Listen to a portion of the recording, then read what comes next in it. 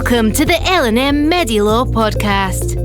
Craig's Case Checker is created to keep you up to speed with the law of medical negligence, whether you're a solicitor, student, or curious observer. The Supreme Court itself had kicked off the year handing down another blow to pursuers within the space of 6 months with regard to medical negligence claims. And so this time, the court considered that those who have witnessed the horrifying outcome of medical negligence kill their loved one before their eyes cannot sue as a secondary victim. Head to our website, L&MMedilaw.com, for more information. Hello everyone, I'm back. Not that you missed me very much, but this is Craig's Case Checker. And yes, it's been a while, but work gets in the way, as you probably all know. And like I say, I doubt anyone was itching to hear from me again. Nonetheless, I am back, and I am here to give you a bit of an update on secondary victims. So you'll remember I did a podcast previously regarding secondary victims, and that arose from a case in the Court of Appeal in England. Now, the cases in question were Paul and another versus Royal Wolverhampton NHS Trust, Palmyr and another versus Royal Cornwall Hospitals NHS Trust, and Purchase versus Ahmed. Now, since then, these cases have gone to the Supreme Court in London, and suffice it to say, the outcome, which was announced in very early this year, it doesn't bode well for pursuers in the slightest. And now I'll try to take a balanced view, but being mainly a pursuer man, you're probably going to hear a more partisan standpoint on this. But nonetheless, I think it would be very helpful to just go through the decision and just explain the reasoning behind it, and basically give my own comments or a rant to some about the outcome. So just to kick off things, really. So as I say, the Supreme Court itself had kicked off the year handing down another blow to pursuers within the space of 6 months with regard to medical negligence claims. And so this time, the court considered that those who have witnessed the horrifying outcome of medical negligence kill their loved one before their eyes cannot sue as a secondary victim. Now, a self-imposed time limit of this recording means that a detailed outline of the circumstances and the background cannot be done, because I want to try and limit this to maybe 20, 30 minutes, if possible. But if you have a wee look at my previous episode on secondary victims, you'll see that where I discuss all the background circumstances of each case in this appeal. But I think it will suffice to say that in Paul, the claimants were two young girls who witnessed their father die suddenly in public. In Palmyr, two parents witnessed the death of their daughter. And in Purchase, a mother came upon her deceased daughter in shocking circumstances minutes after she had died. All deaths were alleged to have been because of the negligence of the respective respondents or defenders in failing to diagnose and treat a life-threatening condition. In each case, the appellants sought compensation for psychiatric injuries resulting from witnessing the death of their loved one on the basis that they were secondary victims. Now, before I delve into the reasoning of the court, it is worth quickly going over what we mean by a secondary victim and where the law on this actually comes from. And also, for the sake of shorthandedness, I'll refer to this particular case as simply Paul, instead of going through Paul, Palmyr, and Purchase. Although that seems to have a better ring to it.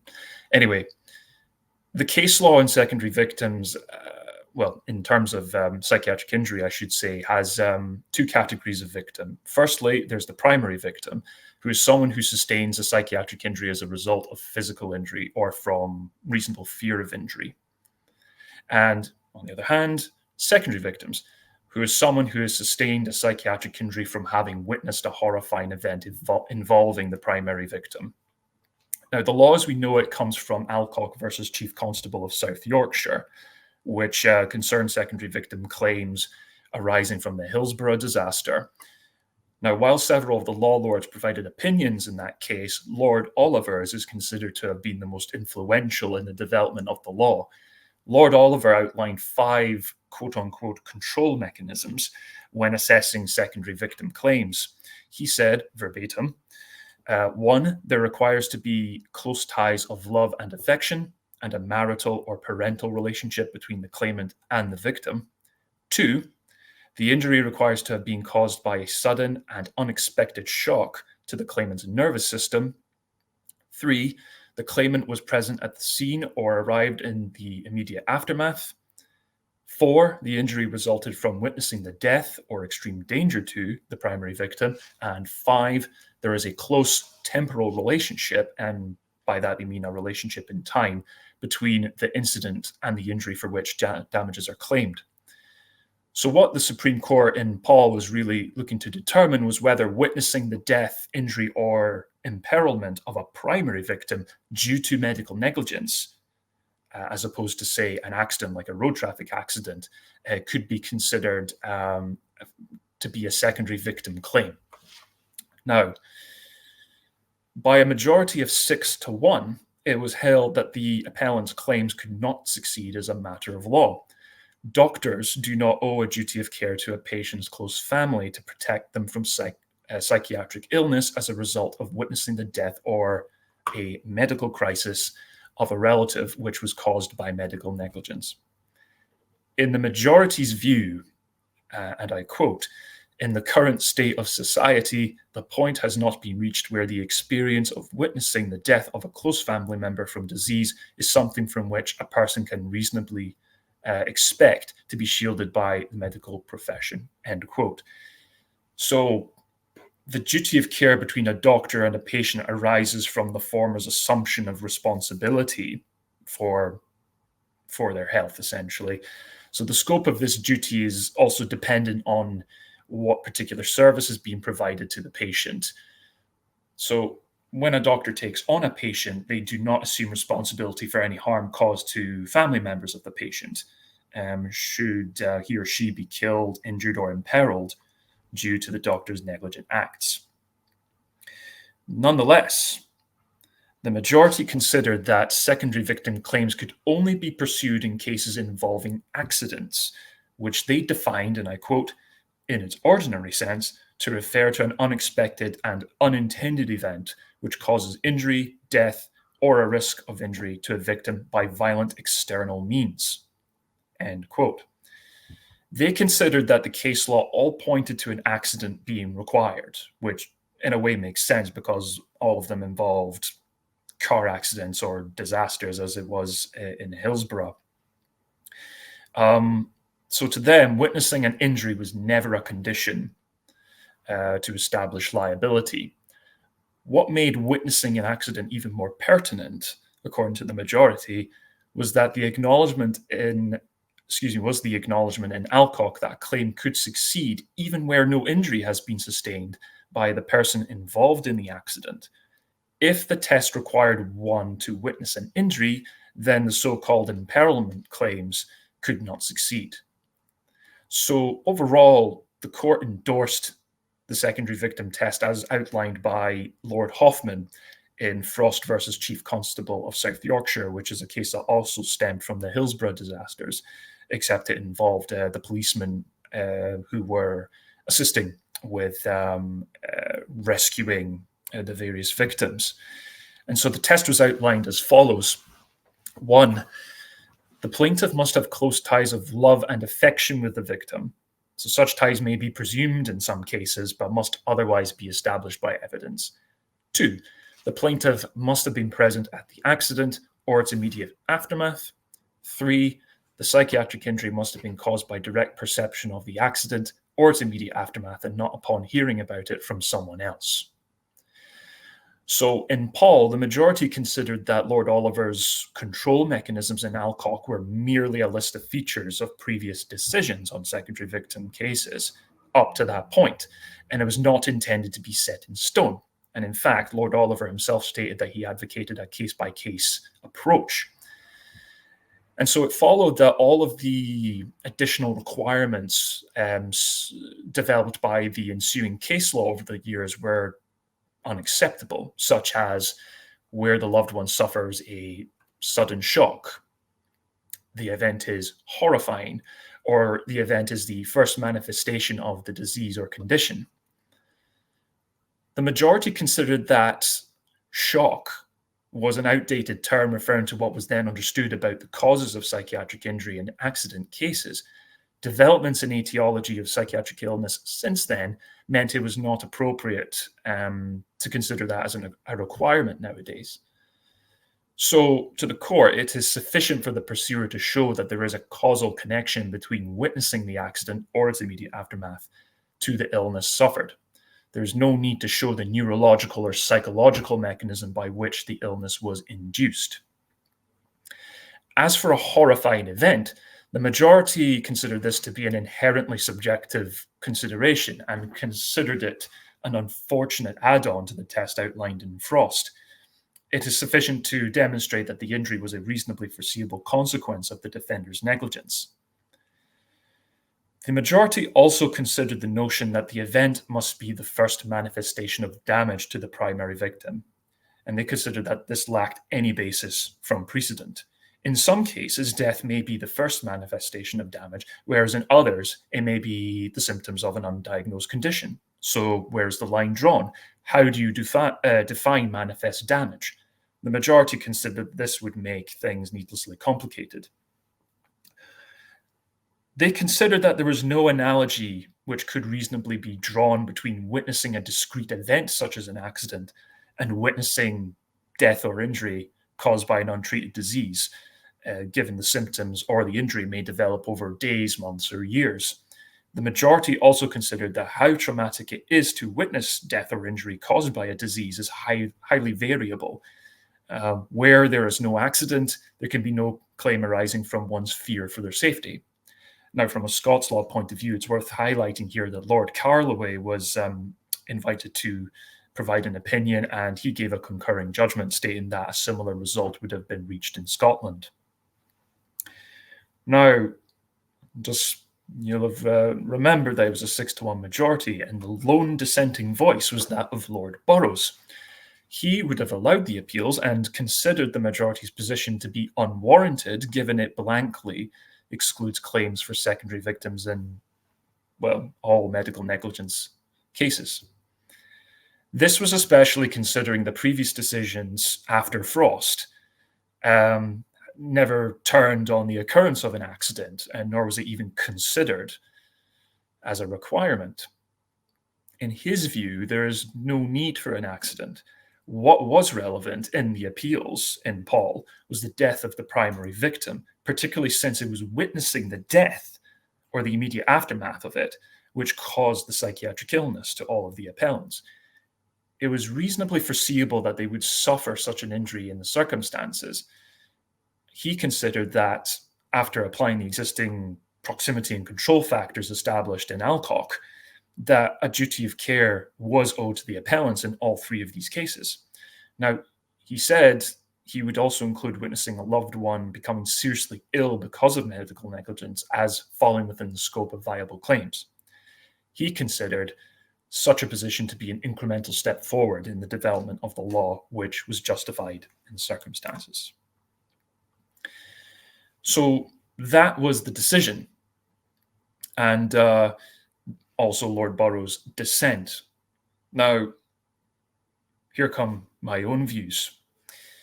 You're obviously entitled to your own, and I may be wrong in what I say, but always happy to engage in debate if you're so willing. But to my mind, this is undoubtedly a landmark decision, and it's frankly surprising that the Supreme Court took such an uncompromising stance. The case law since Alcock certainly showed these cases were tough to succeed in for pursuers, but there was nothing to indicate that as a matter of law, they could not succeed at all. So no doubt health boards, health trusts, and private practitioners across the UK will be mighty pleased with this decision. And the justices in the Supreme Court certainly seem to have the medical profession's back these days. And to kind of back my point on that, please see for reference Meadow versus Cann, and then McCulloch versus Forth Valley Health Board. Now, this was not a decision where the majority made an incremental change to the law. They rewrote a fair chunk of the rulebook and effectively deemed nearly all secondary victim decisions since Alcock as having been correctly decided, but for the wrong reasons. And that reason was there was no accident in all of them, but none of the cases decided it on that basis. So in fairness to the court, some of the rewriting they have done was needed in respect of the requirements for sudden shock and a horrifying event. As the court noted themselves, in light of the modern etiology of psychiatric illness and the subjectivity involved in assessing what is horrifying, I would agree with the court it was appropriate for them to strike through these conditions. Ultimately, the injury requires to be a reasonably foreseeable consequence of witnessing the event or its immediate aftermath.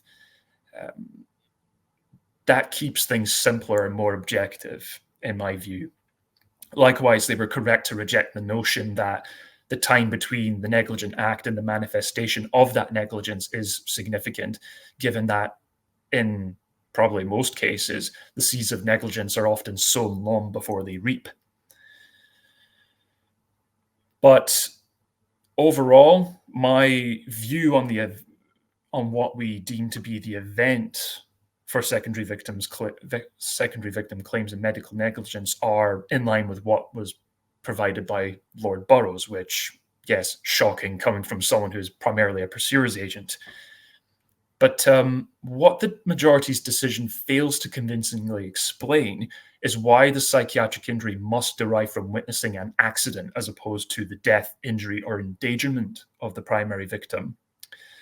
Their justification is simply that Alcock allowed for claims where there's no primary victim, in other words, where the loved one is imperiled but is not injured. So requiring that a pursuer witness injury or death instead of an accident would mean valid claims for witnessing endangerment would lose out unfairly. Taking this at face value, that is correct, but there is no reason why witnessing imperilment cannot be a basis of a claim along with seeing an injury or death. To me, ultimately, what this boils down to is causation. So the question must be asked, when one witnesses an accident and suffers a psychiatric illness, what is actually causing the injury? Surely it must be seeing a loved one being harmed, killed, or placed in jeopardy, not the accident itself. Why would the accident matter if what you fear is the safety of a loved one? The counter-argument could be that primary victims' psychiatric illness, for example, PTSD, primarily derives from experiencing the accident itself, hence symptoms such as flashbacks, situational anxiety, etc. So limiting secondary victim claims to witnessing accidents maintains consistency. However, damages are claimable by primary victims where the psychiatric injury arises from reasonable fear for one's own safety. Now, to me, this recognizes that the cause of psychiatric injury is more to do with fear for one's bodily integrity and safety, not the accident, which is undoubtedly an aggravating factor, but it's not the cause, the primary cause. If that is the case for primary victims, then why is the majority requiring the injury for secondary victims to be caused by witnessing an accident? The cause of the injury is the same, so there would be consistency there. One will fear for their bodily integrity and safety whether they are suffering a heart attack due to a condition missed by a doctor or have just been run over by a car. The majority also fails to adequately distinguish the outcome in the McLaughlin case from the circumstances in Palmyr, and Purchase. Now, it should be noted that McLaughlin is one of the primary decisions from which the law on secondary victims actually stems. Alcock is where it was refined, and the law as we know it now is what's in that case, but McLaughlin was the case preceding Alcock, which basically outlined the principles of secondary victim claims. So it's actually worth highlighting here what exactly the circumstances were in this case, because the outcome's quite interesting in the context of what was decided in Paul. So in McLaughlin, there a mother was advised that her husband and children were involved in a car accident, and she immediately went to hospital. She went to hospital about 1 hour after the accident and was told one of her daughters had died. She then saw her husband and other children injured and in distress and grimy with dirt and oil. She thereafter suffered psychiatric injuries and alleged that this was caused by what she heard and saw at the hospital. The mother's claim succeeded because she witnessed the immediate aftermath of the accident. But taking a step back, she clearly did not see the accident nor attend the scene of the accident in its immediate aftermath, which is something that the majority confirmed was a requirement in Paul. So despite this, the majority in Paul do not criticize nor overrule McLaughlin for this feature. On its face, this is a case where the secondary victim's injuries were caused by witnessing the state of her loved ones after an accident. The majority tried to distinguish it from the cases in Paul because there was an accident in the first place, despite it not having been witnessed by Mrs. McLaughlin. And it having been made very clear in McLaughlin that the state and injury of her loved ones was what she claimed had caused her injury in the first place. So the majority tried to distinguish this further on the basis that what Mrs. McLaughlin had seen at the hospital was as if she had came upon the scene of the accident in its immediate aftermath, i.e. loved ones covered in grime, oil, and being injured. To me, this is flimsy at best. And if you actually look back at the test as outlined in Frost, to my mind, Mrs. McLaughlin did not witness the accident nor its immediate aftermath. She witnessed the injuries to her loved ones. So technically, her claim would fail now if we're going by the test in Frost. And another point, as Lord Burrows highlights, is that the majority rightly criticizes the subjectivity of assessing a horrifying event, etc., but then have no problem with fixing a definition for accident, which is a subjective assessment too. So the majority requires an accident to occur by violent external means. However, as many of us will acknowledge, some accidents do not have to be violent to have caused an injury. What of the doctor who provides the wrong medication to a patient who almost immediately suffers a violent allergic reaction, culminating in brain damage? The accidental provision of medication cannot be said to be violent in the sense the majority means, surely. What about where someone trips over a loose paving slab and suffers a bad injury, also culminating in brain damage? Is this sufficiently violent? Or was the majority thinking more along the lines of explosions and car pileups? The majority provides more questions than answers in the decision. Now, perhaps the trickiest part of the majority's decision to argue against for pursuers relates to the duty of care. It is easy to see the logic of the majority's position via the application of the assumption of responsibility principle, which underlies the doctor-patient relationship. The doctor is not treating the patient's family members, so why should he or she be responsible for how they react to a patient's injury, death, or endangerment? However, and this is where it gets a little bit technical, as Lord Burrows notes, this ignores the fact that the duty of care owed to a secondary victim is not wholly independent of the duty of care owed to the patient. There are some derivative features insofar as that the breach of duty against the secondary victim must stem from a breach of duty against the primary victim. In the end, no one can argue that it is not reasonably foreseeable for loved ones to suffer psychiatric illness upon witnessing injury, death, or imperilment due to medical negligence. And as Lord Burrows notes, the other control mechanisms are satisfied, so there is a duty of care. This was not a problem in the previous medical negligence cases considered before Paul, so why is it now? And to be frank, there is undoubtedly policy considerations underlying the majority's decision, much like in Meadows versus Can and McCulloch, to protect the health service from using precious funds to satisfy settlements and claims. That is a fair concern to have, but as Lord Burrows notes, it's not really the court's concern.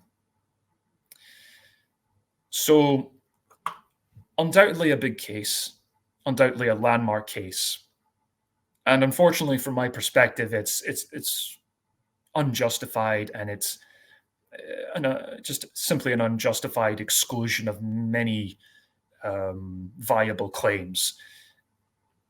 Will this change in the future? Who knows? I think ultimately it may boil down to a case where, well, like the example I gave, if say a doctor or a nurse provides the wrong medication before, obviously to the patient, but in front of their family members, and they see this sudden reaction to it that just causes a horrific injury, would that succeed? I think ultimately that depends on whether or not the accident is sufficiently violent.